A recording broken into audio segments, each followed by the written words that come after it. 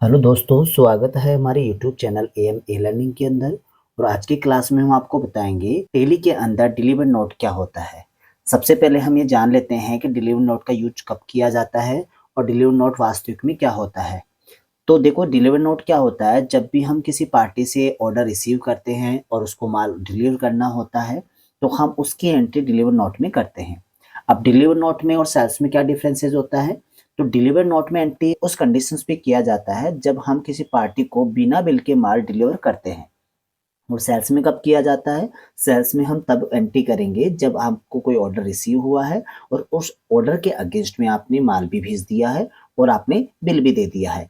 ऐसे कंडीशंस में आपको जो ऑर्डर के अगेंस्ट में एंट्री पास करनी होगी वो सेल्स वाउचर में करनी होगी।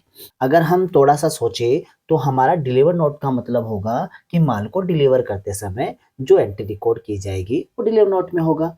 तो हम सबसे पहले डिलीवर नोट में आपको एक एंट्री करके दिखा देते हैं। जैसा कि हमने आपको पिछली क्लास के अंदर रिसिप्ट नोट का यूज करके बताया था किस तरीके से परचेज ऑर्डर जनरेट करते हैं और किस तरीके से उसके एंट्री को हम पास करते हैं, उसी तरीके से हम आपको डिलीवर नोट में एंट्री करके दिखाएंगे। सबसे पहले हम स्टॉक समरी में जाकर के ये चेक कर लेते हैं कि हमारे पास में अभी स्टॉक कितना अवेलेबल है। देखो, यहाँ पर हम बात करें, यहाँ पर HP i7 कंप्यूटर की जो पीसेज है वो 400 पीसेज अपने पास में स्टॉक समरी में अवेलेबल है। हमें किसी कस्टमर से या किसी पार्टी से HP i7 कंप्यूटर के 200 पीसेस का ऑर्डर हमें रिसीव हुआ था। अब उस ऑर्डर के अगेंस्ट में हमें डिलीवर नोट की एंट्री पास करनी होगी। इसके लिए सबसे पहले हमें क्या करना है, वाउचर्स में जाना है। वाउचर्स में जाने के बाद में आपको यहाँ से अदर वाउचर पे क्लिक करना है और यहाँ से आपको सेल्स ऑर्डर पे क्लिक करना होगा। सेल्स ऑर्डर पे क्लिक किया, यहाँ पर हम L+C करके एक ऑर्डर रिसीव करते हैं। मान लीजिए हमने ये MTR कंपनी से ये ऑर्डर लिया है। एंटर करेंगे, ये पार्टी हमारे लिए सन्ड्री डेटर होगा तो हम यहाँ पे सन्ड्री डेटर्स ले लेते हैं। ये डिटेल आपको पिछली क्लासेस के अंदर बता दी गई है तो आप लोग वहाँ से फिलअप कर सकते हो। और यहाँ पर हम उस पार्टी का एड्रेस डाल देंगे, जैसे मैंने लिख दी है यहाँ पर जयपुर। एंटर करेंगे, यहाँ पे उसका जो भी पिन कोड है पिन कोड डाल दीजिएगा। एंटर करेंगे, उसका पेन नंबर है तो पेन नंबर भी डाल दीजिएगा, GST नंबर है तो GST नंबर डाल दीजिएगा। और एंटर करते हुए आपको यहाँ पे आगे बढ़ जाना है। इस तरीके से ये सारी इन्फॉर्मेशन आपको डालते हुए एक्सेप्ट कर लेना है और एंटर करते हुए आगे बढ़ जाना है। यहाँ पे हमारा सेकंड नंबर का ऑर्डर जनरेट हुआ है सेल्स ऑर्डर के लिए, तो हम सेकंड नंबर यहाँ पे लिखा हुआ गया। अब हम यहाँ पर लेंगे सेल्स वाउचर को क्लिक करेंगे और यहाँ पे आइटम हम सेलेक्ट करेंगे।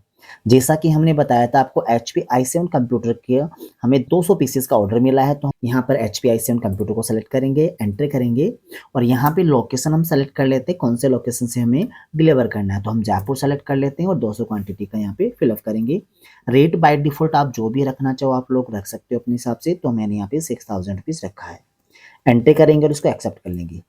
अब इस पे SGST CGST भी आप लोग कैलकुलेट कर लीजिएगा जो भी आपको यहाँ पे लगाना है। एंटर करके इसको एक्सेप्ट कर दीजिए। तो हमने क्या कर दिया, एक सेल्स ऑर्डर यहाँ पे जनरेट कर दिया है। अब इसके अगेंस्ट में हमें एंट्री जो करनी होगी वो करनी होगी डिलीवर्ड नोट में। इसके लिए फिर से वाउचर में जाना है, देन यहाँ पे आपको अदर वाउचर पे क्लिक करना होगा। उसके बाद में आपको शो मोर पे क्लिक करना होगा और यहाँ से आपको डिलीवर नोट पे क्लिक करके इसको एक्टिव करके ओपन कर लेना है। अब यहाँ पार्टी नेम के अंदर आपको वो पार्टी सेलेक्ट कर लेना है जिससे आपने ऑर्डर रिसीव किया है। तो हमने यहाँ पे MTR कंपनी लिया था तो हम यहाँ पे MTR कंपनी ले लेंगे। जैसे ही यहाँ पे क्लिक करोगे इसके बाद में आपको यहाँ पे ऑर्डर नंबर दिखाई देगा, आपको यहाँ पे ऑर्डर नंबर सेलेक्ट कर लेना है। एंटर करते हुए आपको यहाँ पे जो भी डिटेल्स है जो आप लोग फिलअप कर सकते हो जो दिया था, एंटर करके इसको एक्सेप्ट कर लेंगे हम। एक्सेप्ट करने के बाद में इसको भी एक्सेप्ट करते हुए आगे बढ़ जाइएगा। यहाँ पे सेल्स का सेल्स रहेगा, एंटर करेंगे। यहाँ पे बाय डिफॉल्ट अपना जितना भी डिटेल था ऑटो फिलअप हो चुका है। अब यहाँ पे हम एंटर करते हुए आगे बढ़ेंगे। यहाँ पर जो ट्रैकिंग नंबर होता है वही इसका रेफरेंस नंबर जो डाला था अपन ने वही ट्रैकिंग नंबर बन जाता है। तो हम इसको एंटर करेंगे, एंटर करके इसको एक्सेप्ट कर लेंगे। यहाँ पर अपने 200 पीसेस में से 150 पीसेस हम क्या कर रहे हैं, ऑर्डर को डिलीवर कर रहे हैं। तो एंटर करते हुए इसको आगे बढ़ जाएंगे और इसको एक्सेप्ट कर देंगे। यहाँ पे अपना जो ट्रैकिंग नंबर है देखो रेफरेंस नंबर ही बन जाता है। तो आप लोग ट्रैकिंग नंबर को चेंज करना चाहो चेंज कर सकते हो, अदरवाइज आप लोग इसको एक्सेप्ट कर लीजिएगा।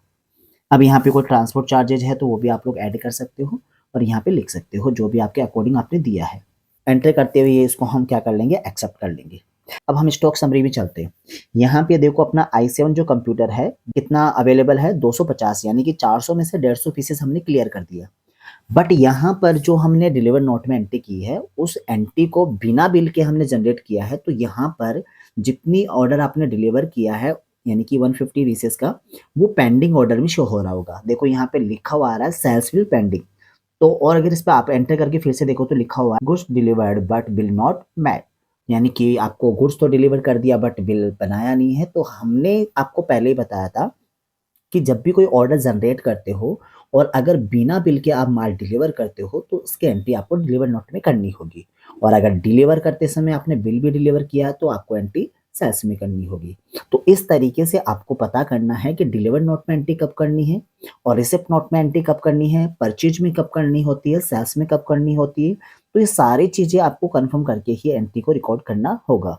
तो आज की क्लास में इतना ही। Thank you so much.